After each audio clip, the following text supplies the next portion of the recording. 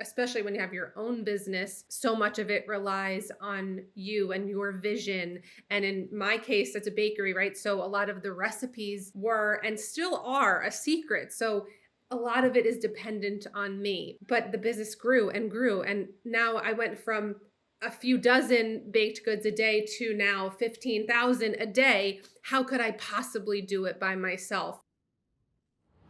Running a business means solving problems. I tell you how the smartest entrepreneurs do it. Hi, I'm Jason Feifer, editor-in-chief of Entrepreneur Magazine, and this is Problem Solvers. You know, there's this old saying, if you do something you love, you never work a day in your life, or something like that. I don't know. But you know what? The thing about that is that it's not actually very true, because if you do build a business off of a thing that you love, you get yourself into this trap. And the trap is that you know it so well that you also feel like you're the only person who can do all the things, and all the things have to come out of you. This is driven by your passion, your vision. You got to do that and that and that and that. And very soon you have built something that is kind of unsustainable, because you are only one person and you are stretched too thin, and you haven't actually built out the systems that can replace you. Because it feels kind of crazy to replace you, right? In the thing that you built because of your passion. This is what tanks so many passion-based businesses. And this is what we are going to solve today, because I am talking to someone who has done exactly that. Her name is Danielle Sepsy. She is the founder and creator of the Hungry Gnome, which is a Long Island City-based wholesale bakery that produces over 12,000 baked goods daily, distributed to more than 300 partners nationwide, and is the author of the new cookbook, The Scone Queen Bakes, which, if that's not about scones, then I am very confused. Danielle, thank you for being here. Welcome to Problem Solvers. Thank you, Jason, for having me. Danielle, you have built this business. This is a passion-based business for you. Did you run into this problem? Did you stretch yourself so thin that this thing nearly collapsed on you? You know, although it maybe never collapsed, I think, not only from my current business, but working in hospitality throughout my whole career, it's something you go into not because you think you're going to become a multimillionaire. It's such a passion-based business, but so many people in the industry, including myself, at times just become so burnt out. And it's because especially when you have your own business, so much of it relies on you and your vision. And in my case, it's a bakery, right? So a lot of the recipes were and still are a secret. So a lot of it is dependent on me.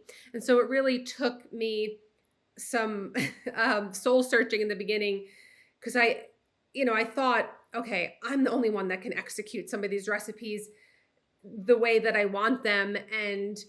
But the business grew and grew. And now I went from a few dozen baked goods a day to now 15,000 a day. How could I possibly do it by myself? And so very quickly you realize that it cannot solely depend on you, and that you have to put systems in place. And really, so much of it was about hiring the right people. So let's start back there actually with hiring, because these early hires, especially in a business like this where you consider yourself to be the expert, it's drawing from you, in your case, your recipes. So this isn't just any hire. How did you approach an early hire where this was probably as much a business issue as it was an emotional issue for you? Yeah, I mean, when I hire people, I don't always just look at who has a ton of experience in the world of baking. It's more an attitude and a drive and the willingness to want to learn. And so many of the people that started the business with me and worked with me, and some of them still work with me today, they had no baking experience. Some of them had worked in kitchens, but never had done baking. And so I can quickly see we always do a trail when we are hiring people. So they come in and they work with us for usually 3 to 4 hours. And as much as it is our way of seeing if they're the right fit, it's also a way for them to see if they want to be there too. But during that time, I'm looking for someone that has good intuition. They're super proactive. They're when they're done with the task, they're already asking, what can I do next? Or they're already jumping in without asking to do something to help somebody else. It's an attitude. This, by the way, feels a little counterintuitive, I bet, for a lot of people, because what I think a lot of folks in those early hire days in a passion based business think is, I need to find someone who has done exactly this Hmm. work and is a master at this thing. Hmm. And what you're saying is actually don't do that No, because, well, actually, I have a hypothesis, which is that if you find that person, then they are going to come and they're going to do their thing the right. way that they know how to do it. But what you're looking for is actually someone who can be crafted into an extension of you, which means that they need the right raw material as learners and skilled people, but they also need to be in a position to be molded by you. And so you're looking for that. Am I right? Absolutely. And I've seen that time and time again where, I get resumes for people that have really extensive pastry background, and they come in and they tell me they want to just start their own bakery. And as Mm. much as I admire that, because that was once me, I know that maybe the focus isn't going to be on helping me grow and sustain my business.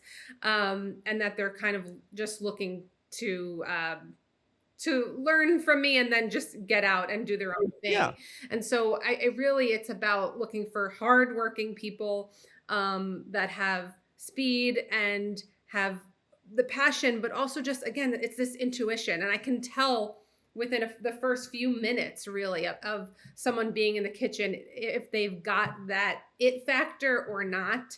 And It's just that drive and that intuition.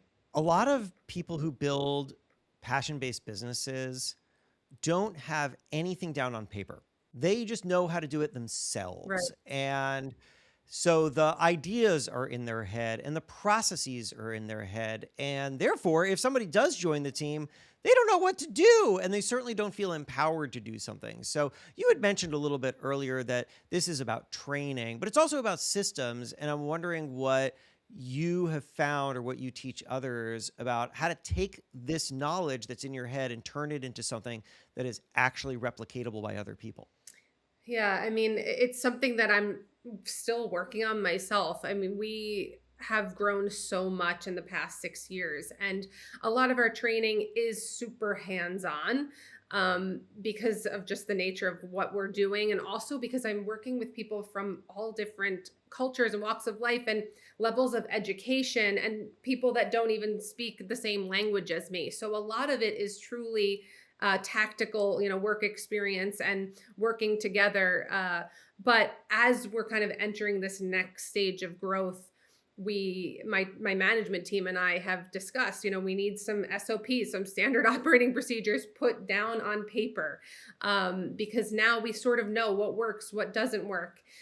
So we're putting together these more formal job descriptions, and whether it's also like cleaning, how do you clean the mixers, how do you bake the items, and have, although like I said, there's a level of intuition with baking, because every oven is different, every day is different based on the temperature of the air and the time of year. But there's some level of there's a base there, and then we kind of need to be able to adjust on a daily basis. And so we're now putting together these SOPs to make sure that there is some formal, physical manual that people can first read when they start. And then again, a lot of it's going to be more hands-on experience from there. What have you guys been doing to try to standardize the way in which things are operating? Because it sounds like in many ways you're still in that transition where everything isn't stuck in your head now, but everything is stuck in a lot of people's heads. It is. Yeah, I mean, it's again, for me, I'm actually not a naturally organized person. And so it was hiring the right people to help me do that. So my director of operations, Angelina, is super organized. And more administrative. And so together we kind of come together and kind of figured out what each, like I said, job, break it down by job and what each day looks like, which can vary, but what are their main duties, and how do you do those duties well, and then break it down further. Again, like how do you clean a mixer? How do you work this particular oven? How do you work this particular oven?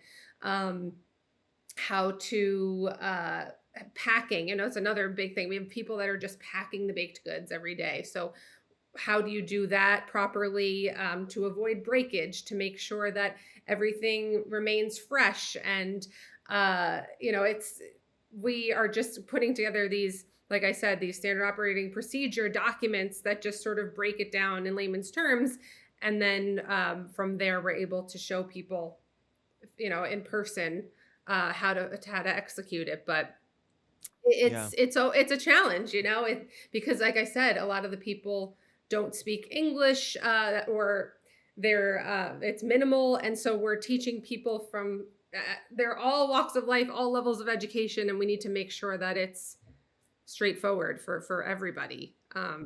Yeah. And how has your own experience of building all this in the early days, let's just say you risk teetering onto burnout as you were trying to build all this yourself. What has been your experience as a founder as you have brought in these hires and then run into the next problem, which is how to train them and how to standardize things and how to make this more efficient? I mean, do you feel like you are stretched too thin still? Do you feel like you have found your place in the business, and how? Hmm. So for me, I have this like light at the end of the tunnel theory, as I call it, Hmm. because I worked in hotels a lot of my career where there was no light at the end of the tunnel. So I was always just working endless hours and most weekends and holidays, and there just never seemed to be that light, or something to look forward to. And as someone who's a really family oriented person, who likes to have some work life balance, and that really drives me, uh, when I started my business, I wanted to make sure everybody had that. And so, I always make sure I schedule, as much as I'm scheduling meetings and, projects for work, I'm also scheduling, um, my life, and making sure that I always have stuff to look forward to outside of here, and that my team also has a light at the end of the tunnel. And so, people always ask me, why don't you have a retail store? You do great because we're mostly wholesale and online. And it was partly because I knew that I had flexibility, and that we could have some more work life balance, and that most weekends I probably wouldn't have to work. And my team, except for when we have big projects going on, sometimes people will come in for a few hours on a weekend, whatever. For the most part, people work 5 days a week, and most of the time they have their weekends off, which is unheard of in a hospitality based business. And so, um, that's part of our culture that I think has been so important, um, through and through, because people, it's not easy what we do. I would say it's not easy bake oven. It's high volume business. It's really physical. It's super demanding on the day to day, and you have a 30-minute break, and beyond that you're running. But there's always that light at the end of the tunnel, and so that's something that was really important to me, when I was doing this. That no matter how much work we had, or I had, that I would make sure I scheduled that personal time, because it motivated me, and it would encourage me to keep going in the business as well. You know what you're reminding me of is a framework that I picked up from a woman named Dr. Taryn Stayskull, and she's a sort of expert on resilience and avoiding burnout. And she said that at all times we should be thinking about a short, medium, and long-term thing that we can schedule to look forward to. So the short-term thing could just be, today I will take a walk. Today I will have coffee with a friend. And then the medium-term thing is you get you get tickets to a concert a couple months Right. from now, and it's just a nice thing to look forward to. And then of course the long term is some larger vacation or some kind of bigger life event, and that we should always be mindful of having these things, because otherwise, you're right, the work can feel totally endless, and it's not really clear why you are doing it or when it is supposed to stop. Yes. And if we you watch runners, I love these clips of people who are at the last, I don't know, 500 feet of a marathon.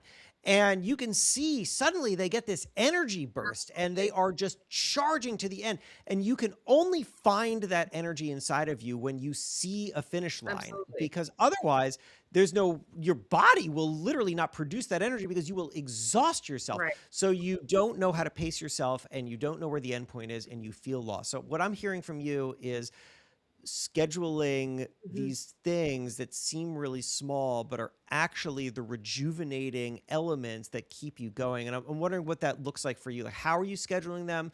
Do you have a system for them? What kinds of things are you scheduling? How do you think about this? Well, in the workplace, I was just reminded that, we every Friday we do family meal. So yes, that's on site, at the bakery, but I personally or my one of my other managers, we will cook a beautiful meal for everybody at the bakery.